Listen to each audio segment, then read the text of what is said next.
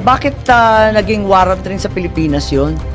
I will defer the answering to that question to the DOJ, ma'am, because I was with the DOJ during the time, and it was the DOJ. Hindi nandun si Prosecutor Fadulyon Ikaw naman Yes, ma'am. bumasa ng Miranda rights, hindi man lang yung prosecutor. Tinikoberan mo na yung papel ng DOJ, kaya sumagot ka ngayon. Ma'am, we're talking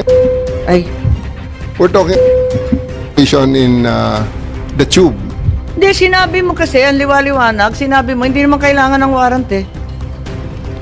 Si General Torre, mukhang kabisado niya, siya yung nasa video eh. Ito na nga, Senator Amy Marcos, walang pag-aalinlangang binanatan si Torre sa nangyaring pag-aresto kay FPRRD. Torre, kinarma na sa kahambugan. Pero bago ang lahat, maaari kayong mag-subscribe para maging updated sa mga issue at bagong mga balita. Halos mamutla nga itong si Torre matapos gisahin ng husto ni Senator Amy Marcos sa nangyaring kabastusan at kawalang respetong pag-aresto sa dating Pangulo. General Torre, haharap na sa kaso? Narito ang buong detalye. Si General Torre, mukhang kabisado niya, siya yung nasa video eh. Again, ma'am? Hindi, yung warrant nung natanggap ninyo yung warrant, naipakita ba yung ICC warrant sa Pangulo, kay Pangulo Duterte? Pinakita ba ninyo sa kanya? Nung inaresto siya, di ba, obligado kayo magpakita ng warrant? Yes, ma'am. Anong pinakita nyo? Right at the tube, ma'am, the Yusik Nikiti, together with PG Fadulyon, together with me, gave them the electronic copy through retired General Monteagudo, ma'am, because that's their condition. They don't recognize the diffusion order. They really want to have a copy of the warrant. That's why soft copy was given to them on the tube. And a hard copy was printed and later on received by Attorney Delgra in the 250th wing, sir. 250th wing, ma'am. May pagkakataon ba si former president na basahin to? Kasi ang pagkaintindi, hindi. Tingnan natin muna yung video kasi mas maliwanag doon.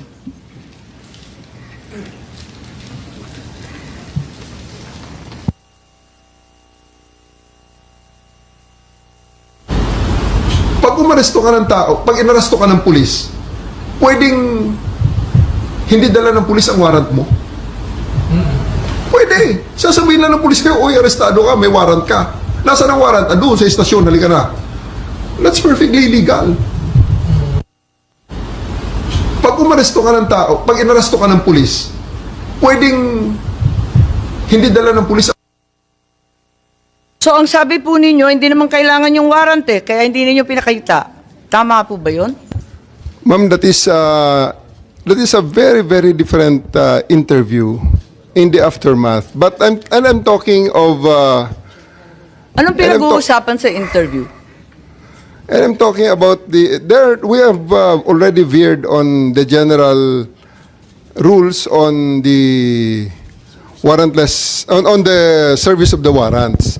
Because during the time, and up to this time, there are still a lot of people saying that I'm wrong in there, that you cannot arrest a person with a warrant that you know as a person has a warrant, yet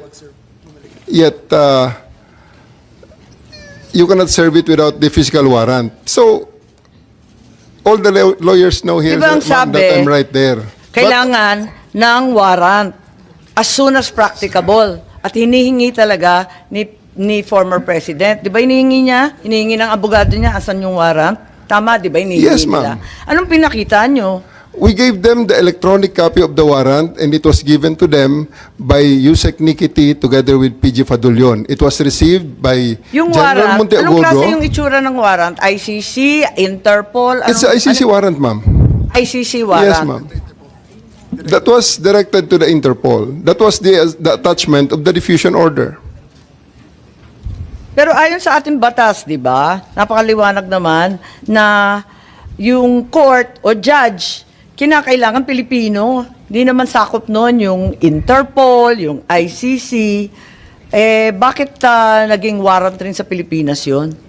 I will defer the answering to that question to the DOJ, ma'am, because I was with the DOJ during the time, and it was the DOJ. Hindi nandun si used- Prosecutor Fadulyon eh. Ikaw naman Yes, ma'am. bumasa ng Miranda rights, hindi man lang yung prosecutor. Tinikoberan mo na yung papel ng DOJ, kaya sumagot ka ngayon. Ma'am, we're talking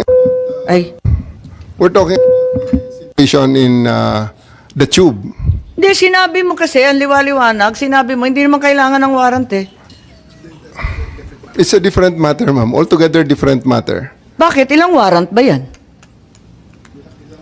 One warrant, but different. That question on the interview is a different situation, ma'am.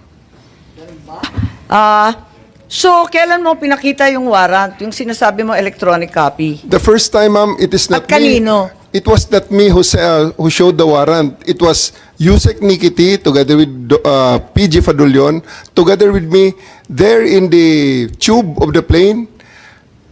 The former president is still there inside the plane. It was given to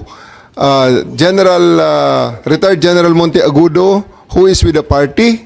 And because during the time, E.S. Mijaldea and the wife and Attorney Delgra had already went back inside the plane and told us, hindi kami lalabas kung wala kayong maipakitang warrant.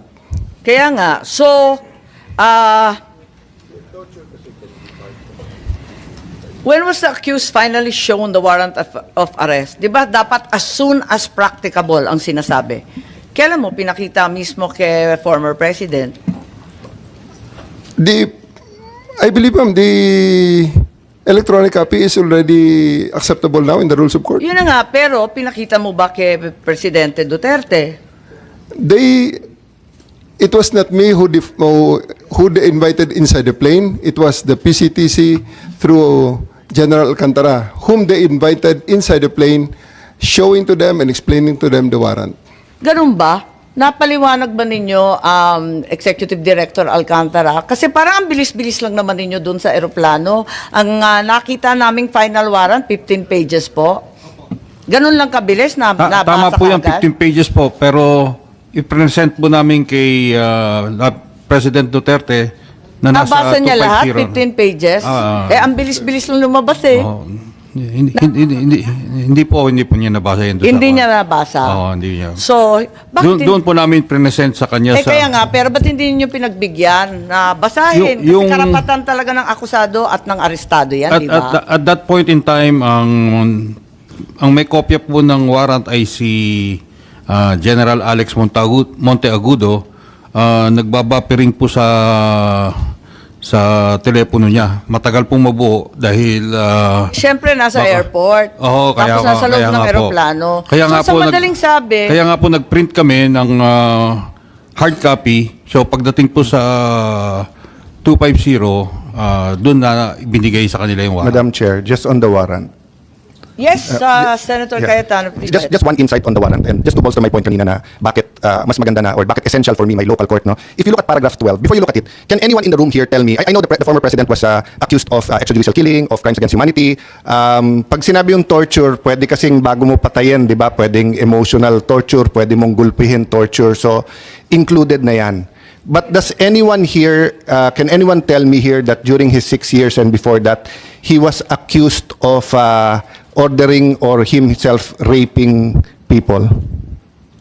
Diba? I do remember malaking issue about his statements about a missionary who was raped, and inexplain niya yon na frustrated, galit siya. But is anyone here accusing the former president of raping or ordering the rape? Parang wala naman, di ba? Okay. If you look at dahil walang, just for the record, Madam Chair, dahil wala naman nagtaas ng kamay or nagsabi, paragraph 12, the chamber notes that the prosecution alleges, let me say it again, the chamber notes that the prosecution alleges that some acts amounting to crimes against humanity of torture and rape under Article 7, subparagraphs 1 bayan F 71 G of the statute were committed as a widespread and systematic attack against the civilian population. Ulitin ko the chamber notes that the prosecution alleges. So the prosecution in the ICC alleges that some acts amounting to crimes against humanity of torture and rape were committed as part of a widespread and systematic attack. For me, it's the first time I read that someone was accusing the president, the former government. But if you look at the last page of the warrant, or second to the last page, page 14, no? Issues a warrant of arrest. So, for these reasons, the Chamber hereby issues a warrant of arrest for Rodrigo Roa Duterte, born on 28 March 1945, for his alleged criminal responsibility pursuant to Article 25, Paragraph 3, Paragraph A of Statute for the Crime Against Humanity of Murder, pursuant to Article 7(1)A, wala yung G na rape, committed in the Republic of Philippines during the relevant period as set forth in this warrant of arrest. So I just want to make this point, Madam Chair. So kung sa akin nangyari to, pupunta ako sa Philippine Court at sasabihin ko sa Philippine Court, Sir, makita mo naman, sa Marites at Chismis kinuha ng prosecutor ng ICC. Padadala mo ako doon, pinakamaikse, 4 to 6 years yung hearing, deprived of liberty. Eh yung prosecutor mismo nag-allege ng rape.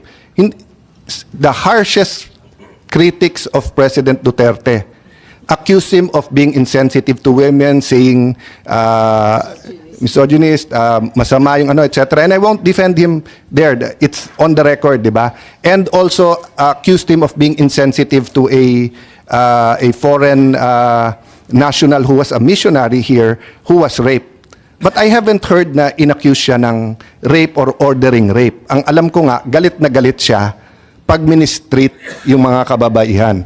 So, dun pa lang, questioning ko to before a Philippine judge. Kasi, kawawa naman ako pag nandun. So that's my point. So, the second point I just want to make kay SOJ is, I personally will respect its sub judice because this case in the Supreme Court is so important. But just for the record, it's nag-rule na rin, kung hindi ako nagkakamali, nag-rule din ang Supreme Court dyan na we cannot stop the hearing or we can continue kahit na sub judice. But he's not asking naman to stop the hearing. He's just saying, can we be sensitive to that? Because they're going to have to put their position on paper and present it before the Supreme Court. So, mamaya, Madam Chair, more factual na lang yung mga tanong ko rather than issues para yung facts naman, SOJ is not naman under dispute, di ba? And will help us pa nga sa doon. But this is just an example. And I just read this morning, pero nagulat lang ako doon na yung prosecutor pala may ganun allegation, no? Oo. Kaya nga nagkagulantaan. Palibasa, nakita natin yung warrant much later. Did any one of you, General Marbil, General Torre, meron ba kayong hawak na ICC warrant of arrest at the time of his arrest? Parang electronic copy lang, tapos pinakopya muna, tapos binigay na pagdating doon. Bakit ganun? Samantalang March 10 pa lang nagmo-mobilize na ng libu-libong pulis. Pagkatapos alam na natin na magkakaganito dahil nabalitaan na nga sa Hong Kong. Eh kung ganun, bakit walang warrant doon sa mismong pag-aresto? Electronic copy lamang at nagpa-imprenta pa. Ba't nagkaganon? May I differ on the wisdom of the SOJ to explain on the legality of the electronic copy of the warrant, ma'am? Hindi naman tinatanong yung legality. Okay lang yun. Ang tinatanong ko, bakit parang unprepared kayo samantalang prepared na si General Marbil? Madam Chair, I just want to make clear na ang kabaho po ng police is really to assist po yung PCTC natin. Yun po yung and what we have is tama po yung sinasabing order ng diffusion. So ito po yung nangyari. We rely po dun sa PCTC, dun sa lahat ng mga documents that they did nagagamitin po dun sa effect ng arrest. Ito po yung ginawa po ng again, uulitin ko. Dapat yung PCTC nagdala ng warrant. Eh, ba't nga ba kayo walang warrant? It was stated, ipapadala po through diplomatic channels eh. Naka-state po yun eh. So, dapat diplomatic channel. Nangyari ba yon? Kung diplomatic channel yung DFA, ano ba nangyari sa warrant na yan? Sa dinami-dami ng handa ninyo, sa libo-libong pulis at sundalo na kinalampag, wala bang nag-isip na kinakailangan dalhin yung warrant? Your Honor, if I may, wala po kaming information o wala kaming natanggap at all. Eh kayo naman sa PCTC, wala rin kayong natanggap? We requested for a copy of the warrant and we got it the next day. Opo. The next day being, The warrant that came from the kaya nga, what the day system. na? The next day is 12 po, 12. So, hindi rin ninyo na ipakita kay Presidente Duterte. Bale tama si General Torre na warrantless arresto. Pinakita po namin yung hard copy sa 250 pero sa lawyers po natin pinigay. Madam Chair, can I clarify? Kasi ang sinasabi din na redacted copy lang ang binigay, hindi rin kompleto, kaya hindi nila mabuo. At yun nga, nagkagulatan, Can I bakit clarify? meron pa? Can I clarify that, sir? It was a sealed warrant, correct? Hindi. Hindi po. Electronic yung nakuha po na... No. Ano ang Department. pinadala ng ICC? Kasi parang sa ibang news report, sabi sealed. Pag sealed kasi, hindi dadaan ng DFA yon. So yun nga ang question. What was sealed, sir, was the warrant of arrest was sealed Okay. before March 11. Yes. Tapos kanino, sir, pinadala? Sino magbubukas nun pag sealed? When they demanded a copy of the warrant, we relied on our fail-safe mechanism. We have a fail-safe mechanism to make sure that the documents are secure in our possession. So it's the DOJ that produced the warrant. Hindi sa may bias ako sa DFA, but I've worked with these people. Kasi pag sealed, may option na hindi padaanin sa kanila. At kahit pinadaan sa kanila, I don't think they have the authority to open it. Diba? Yes, but we had to use our fail-safe because the PCTC could not produce the warrant, so we had to use our fail-safe. But once naman it's opened by the proper authority who's allowed to open it, 'di ba, to unseal it, then syempre Philippine law na. Ipapakita mo talaga dun sa na. Yes, we showed it to the president and to his lawyers. Teka, mapapaliwanag lang ako. Tell me candidly, at the time you apprehended PRRD, nung inaresto si former president, yung ICC warrant, nasa inyo na ba, General Torre? Yung totoo. Kasi you're under oath, alalahanin. Yes, ma'am. It is with us. It was already with you. Yes, ma'am. Electronic. Yes, ma'am. Electronic. Wala Yes, kayong ma'am. official copy? O Electronic walang copy, ma'am, hard given copy? electronic copy given to me by Yusek Nikiti of the DOJ, ma'am. Sa DOJ. Sa inyo, kasi parang nagtuturoan kayo, sabi ninyo, na dapat yung PCTC ang nagbigay. Pero wala kayong binigay. Sabi ninyo, dapat DFA. Nalilito po ako. Hindi po. Hindi po nagtuturoan. We had the copy of the warrant, not the copy of... Dinami-dami nang Yusek P. nag-aresto kay Presidente. Walang nag-isip na kinakailangan bigyan ng kopya na hard copy, opisyal, at talagang... binigyan po namin sa... Saan? Saan at 250 kailan? po, binigyan po namin. Nung ma-print na po yung hard copy. Saan yun? Sa 250 po. Sa Villamor? Meron po. Ano yung 250 po? Sa Villamor po, Villamor. Binigyan po siya ng kopya, hard copy po.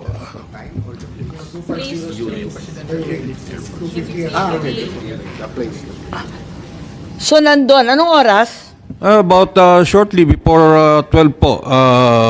Around 12, around noon at that time po. Noon. Noon time? Naibigay ng noon time? Opo. Pero anong oras ba hiningi? Di ba napakaaga pa noon? Humihingi po sila from the tube. Starting from the tube, humihingi na po Anong sila. oras yun nung hiningi sila? When they arrive po, it's about 10 o'clock. 10 o'clock. Or at, So, 2 oras makalipas bago ninyo naibigay? Ma'am, just to be clear. Yes. Just to be clear.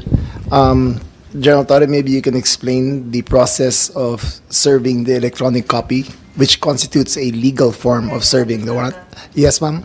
After they disembarked, as I have learned from General Torre, they asked that it be postponed, that they be brought first to, ano ba nangyari doon, General, pagkatapos doon?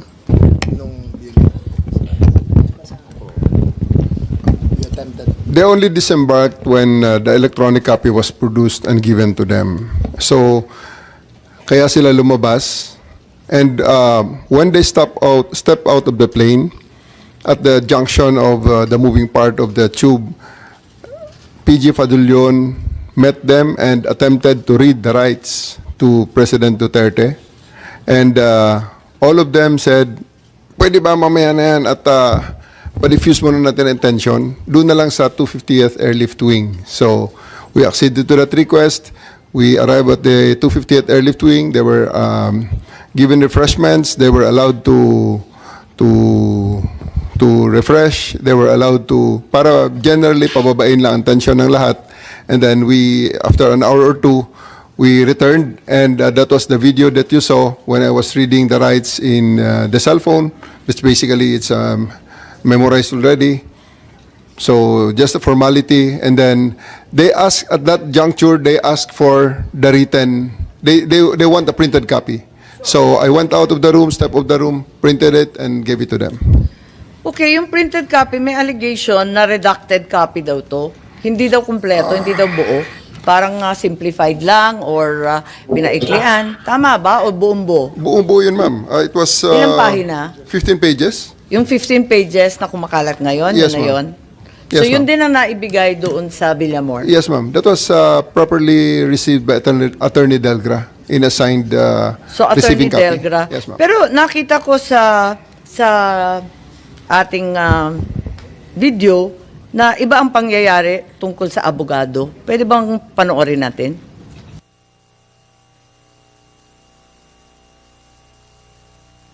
Kayo, kanina pa eh. Hindi naman lahat, ilan ang hinuli ngayong araw na to, sir? Sa iba-ibang mga krimen. Ilan ang binigyan ng ganitong...